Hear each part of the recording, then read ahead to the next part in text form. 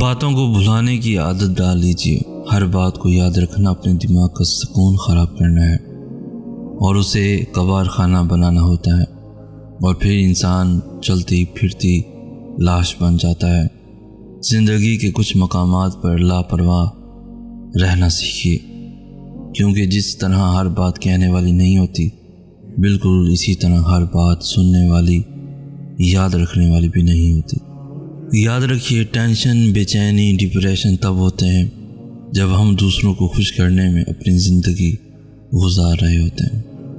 ماہر نفسیات کہتے ہیں، معاف کر دینے سے خوشیاں ملتی ہیں، اور روٹھ کر الگ ہونے اور انتقامی جذبات کا اظہار کرنے سے انزائٹی اور ڈپریشن جنم لیتی ہے۔ اللہ تعالیٰ قرآن پاک میں فرماتے ہیں، اور اگر تم معاف کر دو اور درگزر سے کام لو اور بخش دو تو بے شک اللہ تعالیٰ بہت بخشنے اور رحم کرنے والا ہے۔ جب آپ کو اللہ کسی کی منافقت دکھا دے تو اس سے بھیڑیں مت، اسے ایسے چھوڑ دیں جیسے وہ حیات ہی نہیں۔ اللہ کا شکر ادا کریں اور زندگی میں آگے بڑھ جائیں کہ یہ رب کا بڑا کرم ہے کہ وہ لوگوں کی حقیقتیں ہمیں جلد دکھا دیتا ہے اور بچا لیتا ہے ایسے لوگوں کے شر سے۔ ماہر نفسیات کہتے ہیں، جذبات کو پیدا کر سکتے ہیں۔ اگر آپ خوش رہنا چاہتے ہیں تو زبردستی مسکرائیں اور ہنسیں۔ آہستہ آہستہ آپ کا دماغ بھی آپ کی اس اداکاری کے مطابق عمل کرنے لگے گا اور آپ سچ مچ خوش رہنے لگیں گے۔ ہو سکتا ہے وہ شخص تمہاری خواہش نہیں آزمائش ہو سکتا ہے یہ زخم تمہارے گناہوں کا کفارہ ہو، اللہ سے جوڑنے کا ایک ذریعہ ہو۔ جب تمہیں صبر کا ہی نہیں پتہ تھا، اللہ پر یقین کے راستے کا ہی نہیں پتہ تھا، ہو سکتا ہے یہ سب سکھانے کے لیے تمہیں اللہ نے اس وقت سے گزارا ہو سکتا ہے تمہیں ہر طرف سے اکیلا چھوڑ کر اللہ نے تمہیں خود سے دوستی کرنے کا موقع دیا ہو۔ تمہاری ساری محبت فقط ایک ہی شخص میں نہ اتر جائے، اس سے پہلے تمہیں اسے دور کر دیا ہو سکتا ہے تمہیں بہتر نہیں بہترین سے نوازنا ہو۔ تھک جاؤں گا لیکن پھر بھی تیرا ہی در کھٹکھٹاؤں گا، تو بھی ناراض ہو جائے گا، بتا پھر میں کہاں جاؤں گا۔ دنیا تو نہیں رکھتی بھرم، اگر تو بھی مجھ سے منہ موڑ لے گا تو میں مر جاؤں گا، تیرے علاوہ بھلا میرا ہے ہی کون، جس کے سامنے میں تھک ہار کر اپنی ذات ریزہ ریزہ کر جاؤں گا۔ تو بھی نہ سمیٹے گا مجھے، میں تو اپنی ذات میں ہی گھٹ گھٹ کے مر جاؤں گا، تیرا ہی ایک آسرا ہے مجھے، ورنہ میں بھٹکتا رہ جاؤں گا۔ تو سن لے گا، دے گا مجھے میری صبر کا صلہ، اور میں دیکھتا رہ جاؤں گا۔ تو کرے گا کوئی ایسا معجزہ، میری آسمان کو دیکھتی ترستی نگاہیں حیران رہ جائیں گی۔ تو کن کہے گا اور میں اپنی نامکمل کہانی کو بھی مکمل ہوتا دیکھتا رہ جاؤں گا۔ تھک جاؤں گا لیکن پھر بھی تیرا ہی در کھٹکھٹاؤں گا۔ میرا رب نہ کبھی مجھے تنہا چھوڑتا ہے اور نہ ہی مجھ سے بیزار ہوتا ہے، میرے پاس اس سے اچھا رفیق کوئی بھی نہیں۔ دل تو سب کے ہوتے ہیں، دکھ بھی سب کے ہوتے ہیں، کچھ اشک دلوں پر گرتے ہیں، کچھ مٹی میں مل جاتے ہیں، کچھ لفظ ادا ہو جاتے ہیں، کچھ ہونٹوں میں سل جاتے ہیں۔ مانا کہ ادھورے رہتے ہیں، پر خواب تو سب کے ہوتے ہیں، کچھ کھو کر بھی پا لیتے ہیں، کچھ پا کر بھی کھو دیتے ہیں۔ یہاں اپنی اپنی باری پر سب ہنستے ہیں، سب روتے ہیں۔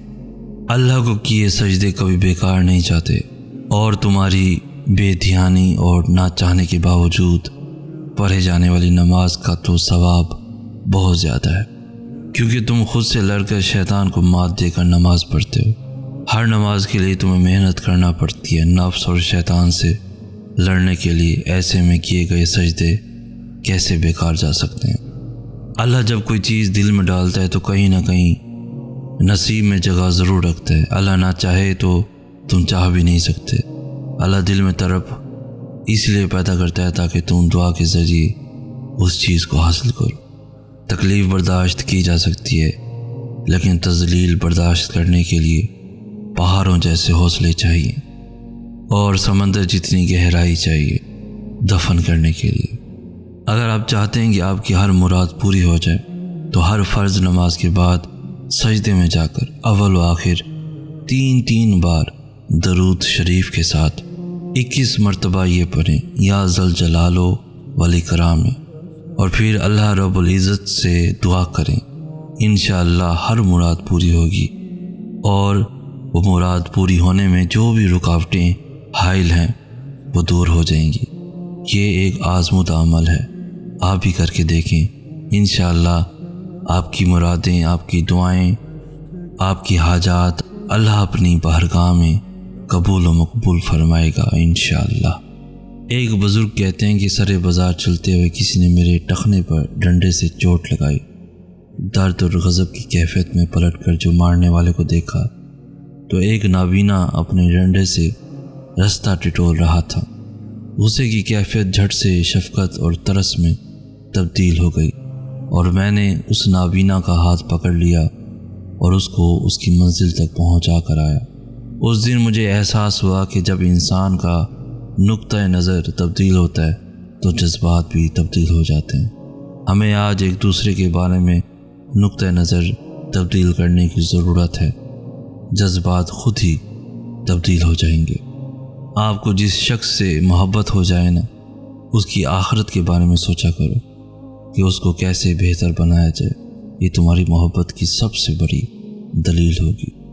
دوسروں سے بڑھ کر خوبصورت ہونا حسن نہیں ہے، دوسروں سے الگ ہونا حسن ہے۔ یہ آپ کی خامیاں نہیں، آپ کی نشانیاں ہیں۔ آپ کا منفرد ہونا آپ کو دوسروں سے ممتاز کرتا ہے۔ قدرت کبھی غلطی نہیں کرتی ہے، آپ کا تخلیق کار کامل ہے، غلطیوں سے پاک ہے۔ وہ صرف ماسٹر پیس تخلیق کرتا ہے۔ آپ کو فخر ہونا چاہیے کہ آپ لاکھوں میں ایک ہیں۔ آئے میرے پروردگار، میں تجھ سے مانگ کر کبھی محروم نہیں ہوا۔ حضرت امام علی علیہ السلام فرماتے ہیں، اگر اللہ نے تمہارے دل میں کچھ ڈالا ہے اور تمہیں دعا مانگنے کی توفیق دی ہے تو یقین رکھو نصیب میں بھی وہی ڈالے گا انشاءاللہ۔ جب تک تم ڈرتے رہو گے تمہاری زندگی کے فیصلے کوئی اور کرتا رہے گا۔ دنیا میں 90% انسان ایک پنجرے میں قید ہیں جس پر لکھا ہے کہ لوگ کیا کہیں گے۔ خدا را اس پنجرے سے خود کو آزاد کر کے دیکھیں، یقین کریں لوگ کچھ بھی نہیں کہیں گے۔ حضرت امام علی علیہ السلام فرماتے ہیں، اگر دنیا میں سکون ہوتا تو لوگ اللہ تعالیٰ کو بھول جاتے۔ سکون تو صرف ان لوگوں کے پاس ہے جو اللہ کی رضا کو اپنی رضا سمجھتے ہیں۔ اگر کوئی بہت بڑی مصیبت آن پڑے، چھٹکارا مشکل ہو جائے، بہت ہی کوئی پیچیدہ مشکل میں پڑ جائیں تو ہر نماز کے بعد 100 بار یا قہارو پڑھیں۔ انشاءاللہ ہر مصیبت، ہر مشکل آسان ہو جائے گی، ہر تکلیف سے چھٹکارا مل جائے گا۔ حساس لوگ جلد مر جاتے ہیں کیونکہ ان کے پاس ہنر نہیں ہوتا لوگوں کی زندگیاں اجاڑ کر بے حسی سے جینے کا۔ وہ وقت کے ساتھ چلنا چاہتے ہیں لیکن وقت ان کو لے کر نہیں چلتا۔ آخرکار ان کی سسکیاں سینے میں دب کر رہ جاتی ہیں اور بے آواز رونے والے کب مر جاتے ہیں پتہ بھی نہیں چلتا۔